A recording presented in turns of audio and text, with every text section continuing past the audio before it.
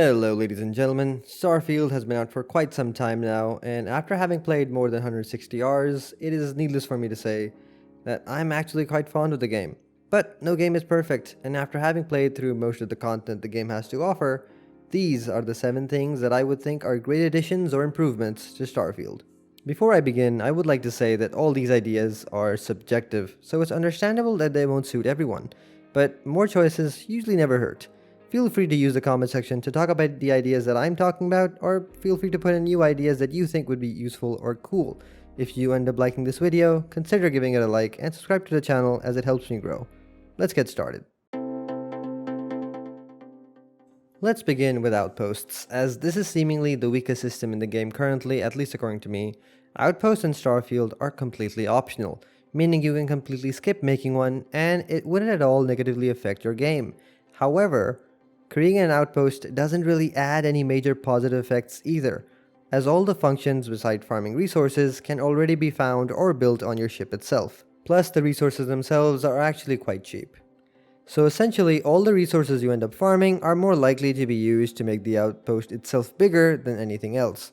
I know that you can make a ton of credits and XP from this, but honestly, in the end of the day, there are tons of ways to make both in the game, and besides that, there isn't anything rewarding such as quests or special loot tied to them, which makes the system a little bit of a letdown.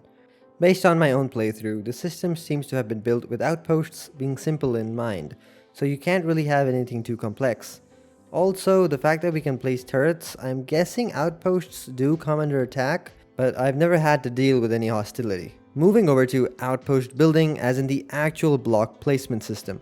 This is not friendly for PC users at all, as in, it seems that it's been made with a controller in mind, but sadly even when it comes down to clicking a button to set them in the right orientation that you want, they refuse to position themselves in the correct way. So it is actually a very frustrating process sometimes. My final gripe with the outpost system is that you can't build an outpost beside an actual home that you own out in the wilderness, as this seems to be a huge wasted opportunity. Being able to bring back all your resources back to your actual home would be great, and it would actually allow for a better experience in building a home that you would actually like. I hope they focus on outposts in the next few patches, as building outposts in many ways goes hand in hand with exploring planets. Ship building is actually a lot of fun and pretty easy to use functionally once you understand how the system works. The only main issues I have here are 1. You can't look at the interior options for every module that you're liking to place, and 2. That there is no mode where we can actually choose to build the entire layout of the ship ourselves like we do in Outposts. I know many people would rather just have their ship layout built automatically, and I do love that functionality as well, but sometimes I like to personally decide where to put all the tiny tidbits to make the interior look exactly the way I want, and I'm sure there are a few people, if not many, who would like such a setting as well. Having a choice between the two would be amazing so that everyone can have their fun. Companions. Now, while there are numerous companions within this game, there are only a handful with whom we can actually interact and go through their stories, and those are namely the people from Constellation itself, or well, 4 people from Constellation. And all of them being precisely from the same group has personally made me finding the companion options quite limited, as while they have different backgrounds and stories, they all align with the goals of Constellation. The feeling is kind of how you would feel when you get served a third bowl of ice cream. I'd still eat it and enjoy it, but I'd probably like something different, so it would be incredibly cool if you could actually have more detailed companion options outside of Constellation itself, and I'm sure they will add some down the line with the DLCs. The only question is how many.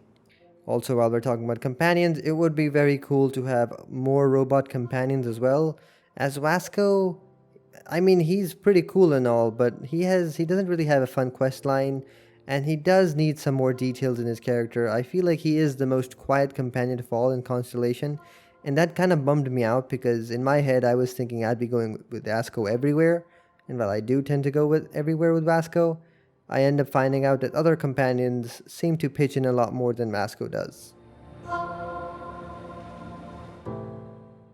The need for vehicles are something of a public outcry within the game. I personally must admit that I'd never really mind not having one early on until the game pushed a location 3,600 meters away from me. And well, that was the longest walk I had done in the game, I think, on a planet.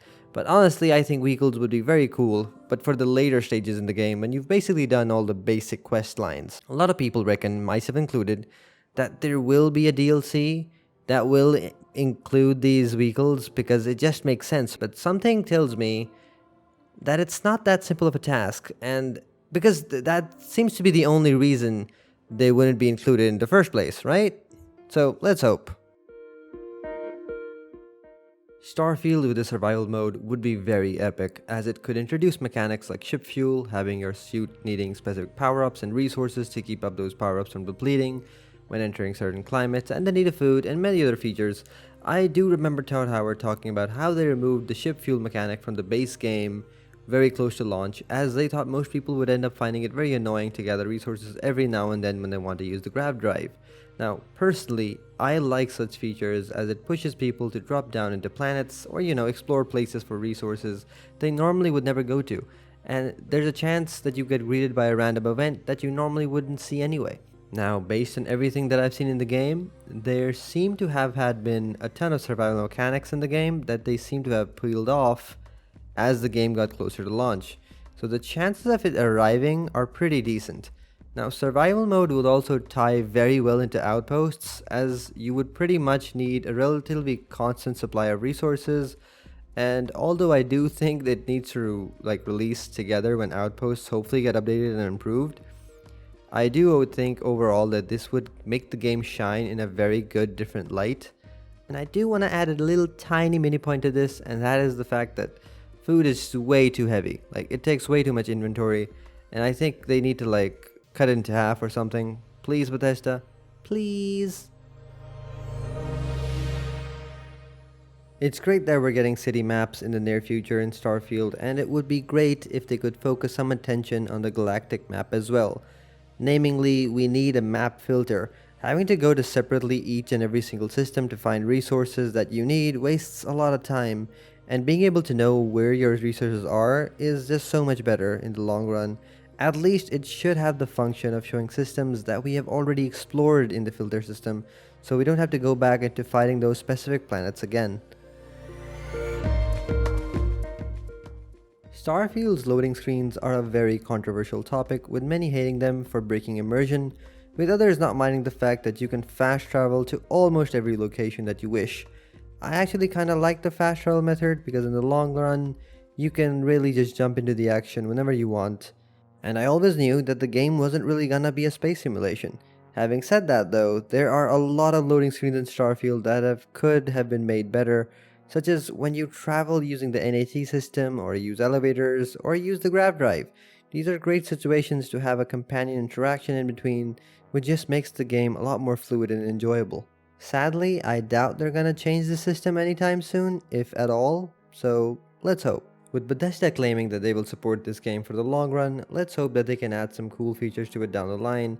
I might be one of the few people who thinks this way, but I don't really like to rely on mods a lot, as while they do add a ton of features into the game, they sadly end up hurting performance as well, so I'd much rather see the devs implement all these features. That is all for this video. If you like this video, feel free to leave a like and consider subscribing to this channel, as it does help me grow and strive to make better content. Thank you all for watching. Be kind, be humble, be brave. Take care.